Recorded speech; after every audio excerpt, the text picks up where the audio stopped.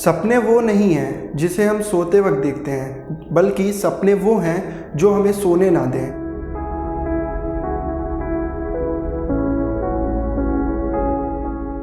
मेरा नाम है हिमांशु। मेरी स्कूल जर्नी लखनऊ उत्तर प्रदेश से हुई है। मैंने आईसीएसई बोर्ड से अपनी स्कूलिंग की। उसके बाद मैंने अपने कॉलेज में एडमिशन लिया, बैचलर्स ऑफ कंप्यूटर एप्लीकेशन किया, वहाँ से 3 साल का बाबू बनारसी दास यूनिवर्सिटी से। उसके बाद जब मैंने 2020 में बैचलर्स अपना कंप्लीट किया तो लॉकडाउन लग चुका था और मैं गवर्नमेंट जॉब की प्रिपरेशन में एंटर हो चुका था। क्योंकि मेरा बचपन से सपना आर्मी में जाने का था तो मैं उसकी प्रिपरेशन में लग चुका था, पर मेरे पास इतना पैसा नहीं था उस टाइम कि मैं कोचिंग की फ़ीस भी भर सकूं। पढ़ाना मेरा हमेशा से एक पैशन था। शुरू से लेके मैं हमेशा बच्चों को गाइड करता था। तो फिर मेरे को लगा कि क्यों ना मैं बच्चों को पढ़ा के ही कुछ अर्न करूं ताकि मैं अपनी फ़ीस भी भर सकूं। तो मैंने शुरू किया पढ़ाना, क्योंकि मुझे सबसे सही रास्ता ही दिखा, क्योंकि यहाँ मैं अपना पैशन भी फॉलो कर रहा था और मुझे मज़ा भी आ रहा था। मैंने अपनी जर्नी आशाएं के साथ 2020 में शुरू की।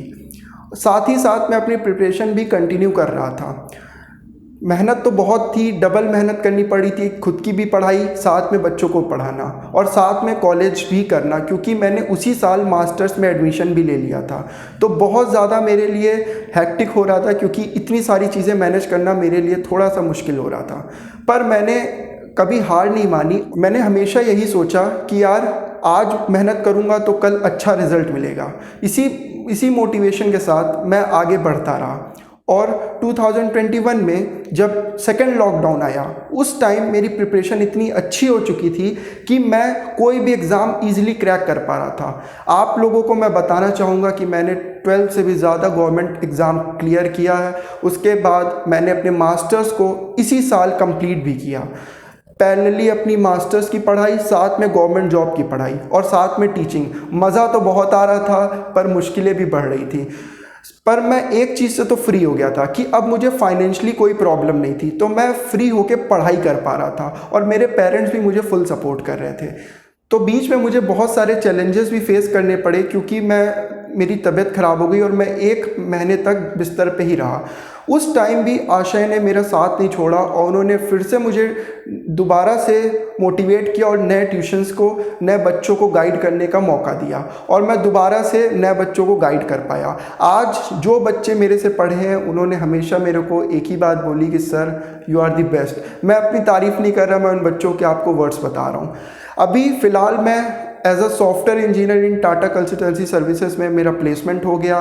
साथ ही मैं अपने ड्रीम जॉब, मतलब आगे चल के जो भी मेरे को करना है उसकी भी मैं साथ में प्रिपरेशन करूँगा और पैरेलली बच्चों को पढ़ाना तो हमेशा से मेरा पैशन रहा ही है, तो मैं पैशन को भी फॉलो करूँगा। तो मेरे दोस्तों, मैंने अपने पैशन को फॉलो किया और आज मैं अपनी लाइफ में वो सब कर पा रहा हूँ जो मैं कभी ड्रीम किया करता था, क्योंकि मैंने हमेशा से ही मेहनत पे फोकस किया है। कभी भी मैंने आँख बंद करके कुछ भी नहीं सोचा है।